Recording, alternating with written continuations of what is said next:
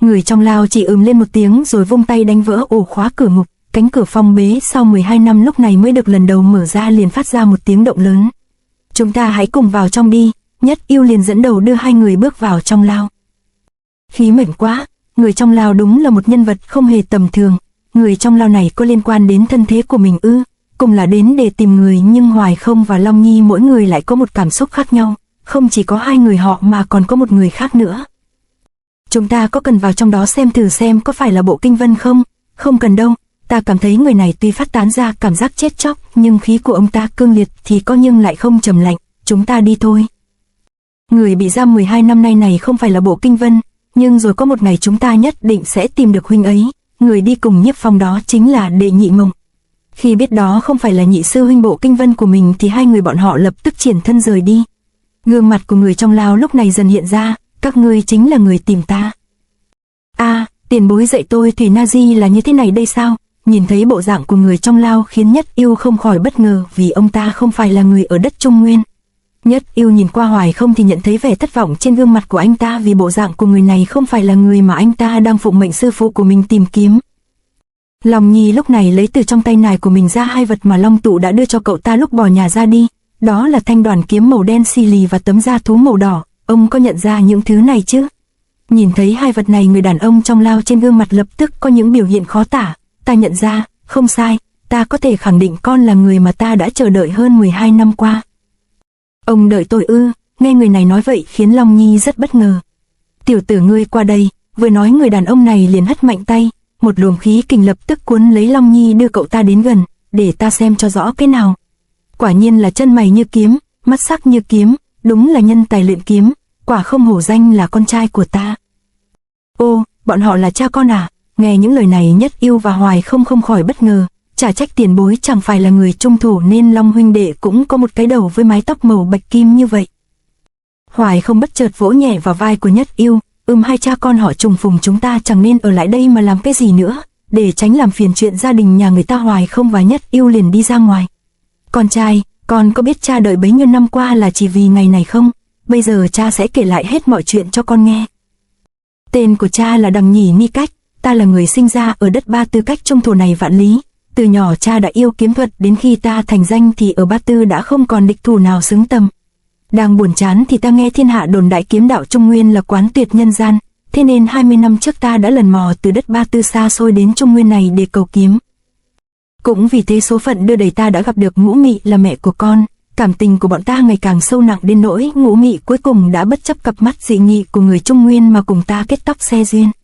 Mẹ của con vốn xuất thân từ kiếm đạo thế gia nhưng đáng tiếc tư chất tập kiếm bình thường nên chưa thể tập hết được kiếm pháp gia truyền.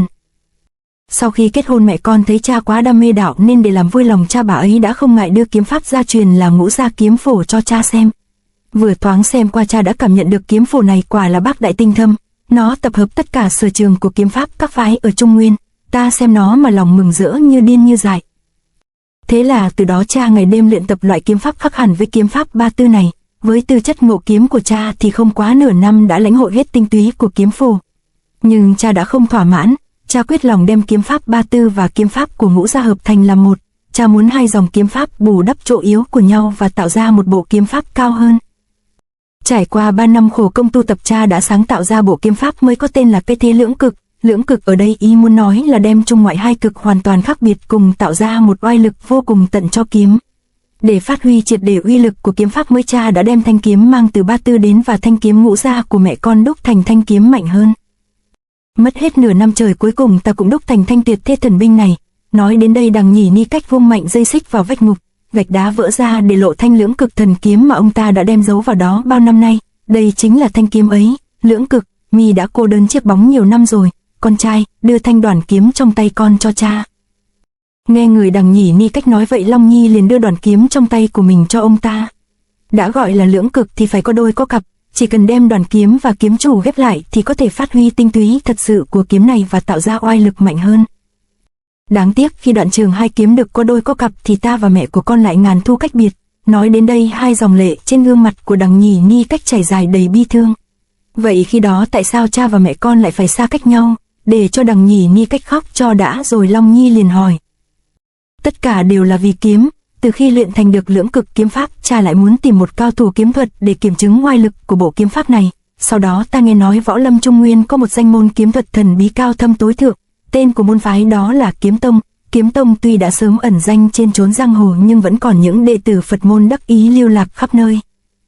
Người đệ tử Kiếm Tông này chính là sư phụ của Tâm Minh Đại Sư, ông ấy là Phổ Hang Đại Sư. Ta khi biết được lai lịch thì nóng lòng muốn đi thử, nhưng lại gặp đúng lúc mẹ con có mang nên nhiều phen mẹ con năn nỉ cha ở lại cạnh bên. Đáng tiếc lúc đó lòng hiếu chiến của ta như tên đã được dương lên hết cỡ, dù có ở lại thì ta ngày đêm lúc nào cũng cảm thấy bồn chồn không yên. Một đêm nọ cha đã để lại tấm bản đồ đến Ma Đà Lan Nhược này và thanh đoàn kiếm rồi dứt lòng bỏ mẹ con mà đi. Là tấm bản đồ này ư? Đúng vậy, Phổ Hang Đại Sư, nghe nói kiếm nghệ của ông đã xuất thần nhập hóa, tôi đến đây khẩn xin được ông chỉ giáo.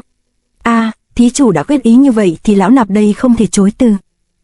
Đó là lần đầu tiên cha tỉ thí từ khi tu luyện thành lưỡng cực kiếm pháp, với cơ hội khó tìm này đương nhiên cha đã dốc hết toàn lực. Nhưng kết quả của cuộc chiến này đã vượt xa dự liệu của cha, Phổ Hang Đại Sư đã bại, không quá 12 chiêu thắng thua đã rõ.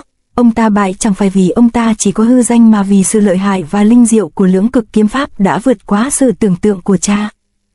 Đang lúc vui mừng cực độ vì sự vi diệu của lưỡng kiếm pháp thì một cơn đau xé tim lan khắp toàn thân, kinh mạch của ta căng phồng khiến cơ thể như muốn nứt toác ra.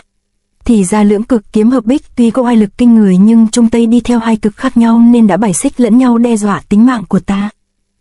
Không những vậy tâm niệm của ta dần cũng đã bị tẩu hỏa nhập ma, thật may là Phổ Hang Đại Sư không chấp nhất chuyện thất bại vừa rồi, ông ta đã dùng công lực tận tình giúp cha bình khí trầm tâm. Sau đó ông ta còn chuyên tâm điều khí kinh mạch cho cha. Sau mấy ngày điều tức ta đã tạm thời không còn bị ảnh hưởng đến tính mạng.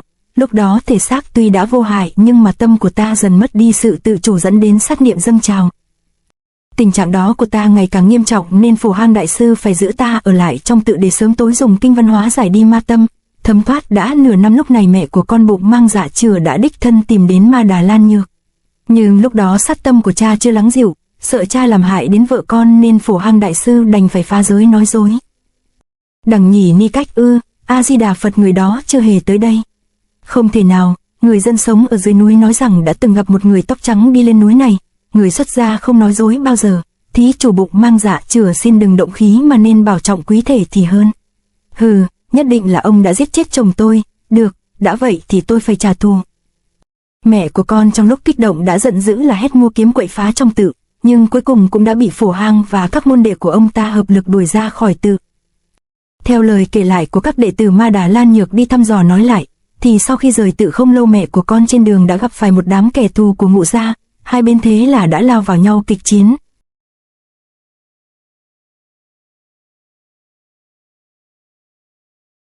To be continued.